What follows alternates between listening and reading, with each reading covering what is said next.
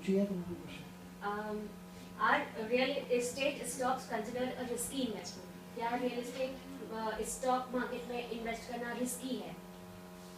Real estate में stock market में invest करना रिस्की ऐसा मुझे नहीं लगता है। क्यों कि हिंदुस्तान में आज भी रियल एस्टेट की बहुत डिमांड है। लोगों को घर की अभी इतनी ज़रूरत है तो रिस्क होने का कोई सवाल ही नहीं है। डिमांड एंड सप्लाई तो पूरी है। तो इसमें मैं तो ये बोल सकता हूँ कि भाई कोई भी कंपनी में आप अगर इन्वेस्ट करते हो तो मुझे नहीं लगता कि रिस्की है। हाँ, आप किसी कंपनी को रिलेट करते हो कि वो कंपनी में इतना लॉस हो गया, ये हो गया, तो वो एक सेपरेट रीजन है, वो उस कंपनी की अपनी प्रॉब्लम है। पर ओवरऑल रियल एस्टेट के लिए ये व्यू नहीं बनती है कि आप बाकी कंपनियों में इन्वेस्टमेंट करना आपको रिस्की लगता है, ऐसा कुछ नहीं, जहाँ तक मेरी अपनी ओपिनियन है।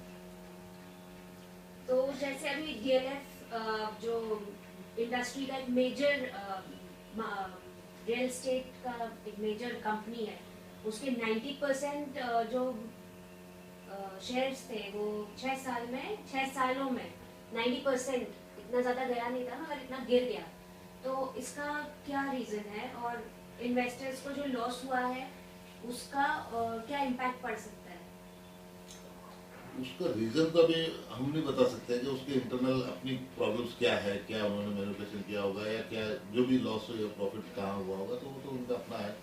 उसके लिए हम ओवरऑल नहीं बोल सकते कि भाई उस कंपनी को लेके कि भाई उस कंपनी का लॉस हो गया है इसलिए सारी रियल एस्टेट आपको रिस्की लगती है, ऐसा नहीं है। और तो उसमें ज़्यादा तो अभी डिटेल में मैं नहीं बता सकता पर्टिकुलर कंपनी के लिए। तो आपको लगता है कि डिमांड इसका जो, जैसे कि आपने कहा कि डिमांड बढ़ रहा है इसका अभी भी, तो स्टॉक मार्केट पे ट्रेडिंग होने से ऊपर जाने, मतलब शेयर मार्केट ऊपर जाने से या नीचे जाने से कोई फर्क पड़ेगा लोगों में कि वो इस तरफ नहीं खरीदे रियल एस्टेट के, जो मतलब जो भी इन्वेस्ट नहीं करें, कुछ फर्क देखने को पड़ेगा? स्टॉक मार्केट और एक्चुअल रियल एस्टेट दोनों डिफरेंट है। स्टॉक मार्केट जो है वो इमोशंस पे चलती है कि लोग समझते हैं कि भाई अभी बहुत तेजी आ गई है तो एक के ऊपर एक खरीदने शुरू हो जाते हैं तो वो ऊपर चली जाती है। फिर लोगों को लगता है यार प्रॉब्लम हो गई है, कुछ होगा, तो ऑल ऑफ सडन सब बेचना शुरू करते हैं, तो वो नीचे। पर एक्चुअल फैक्ट अलग है। रियल एस्टेट की जो पब्लिक की डिमांड है, जो जिन्होंने घर लेना है, ये करना है, तो उनका अपना तो काम बाइंग और ये वो चल ही रहा है जिस हिसाब से चलता है। और उतनी कंस्ट्रक्शन कंपनी अपने हिसाब से काम भी कर रही है, उतना डिलीवरी भी कर रही है, उतने प्रोजेक्ट्स भी बना रही है। तो वो रियल एस्टेट के शेयर्स को लेकर और एक्चुअल कंपनी को लेकर ये दोनों अलग चीज है। वो दोनों अलग चीज है कि भाई आप शेयर बाजार ऊपर जा रहा है इसलिए कंपनी का बहुत ज्यादा ऐसा हो रहा है, या बहुत नीचे जा रहा है तो कंपनी डूब रही है, ऐसा नहीं है। वो एक दोनों ट्रेड ही मुझे मेरी अपनी ओपिनियन है कि वो दोनों ट्रेड ही अलग है। वो मार्केट है, उसमें आप कोई भी हिसाब से आप ऊपर नीचे पब्लिक करते रहती है कि भाई इस चीज़ की भी डिमांड लगी है तो सब खरीद रहे हैं, पता चला कि ऐसा हो गया तो सब बेचना शुरू कर दिया, तो वो उसके ऊपर नीचे होता रहता है।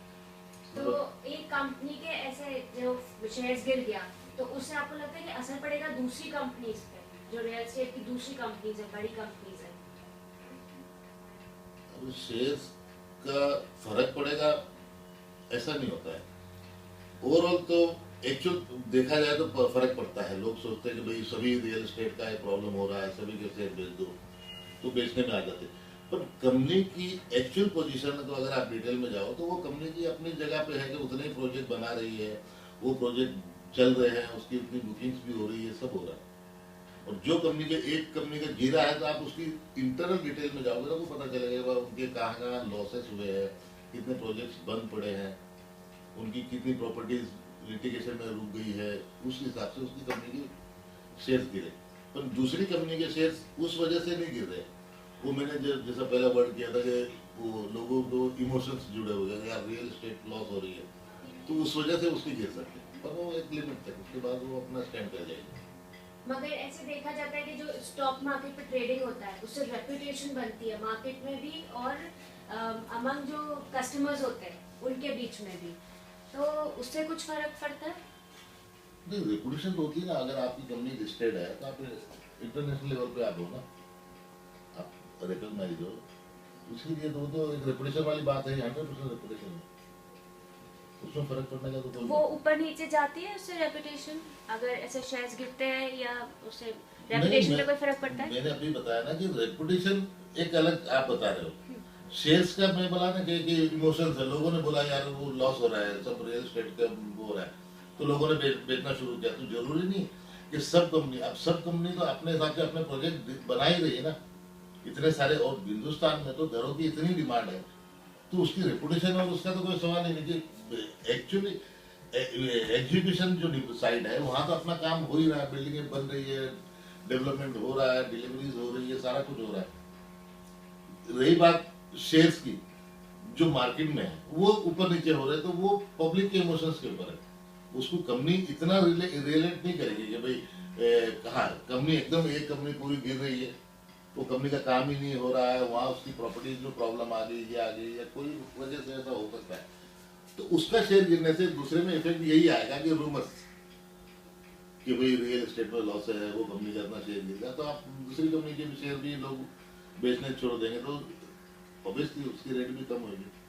बाकी रेपुटेशन का अलग आप बात कर रहे हो, भाई हर एक कंपनी की अपनी रेपुटेशन है, और जो रेपुटेशन वही है जो डिलीवरी कर रही है, उनके पास कितना स्टॉक है, कितना उनके पास लैंड बैंक है, और कितना मार्केट का डेप्थ है, वो तो हर कोई आजकल तो सब चीज़ पब्लिक लिमिटेड कंपनी की हर चीज़ तो आप 1 मिनट में वेबसाइट पे चेक कर सकते हो, उसी से उसकी रेपुटेशन का आप आइडिया लगा सकते हो।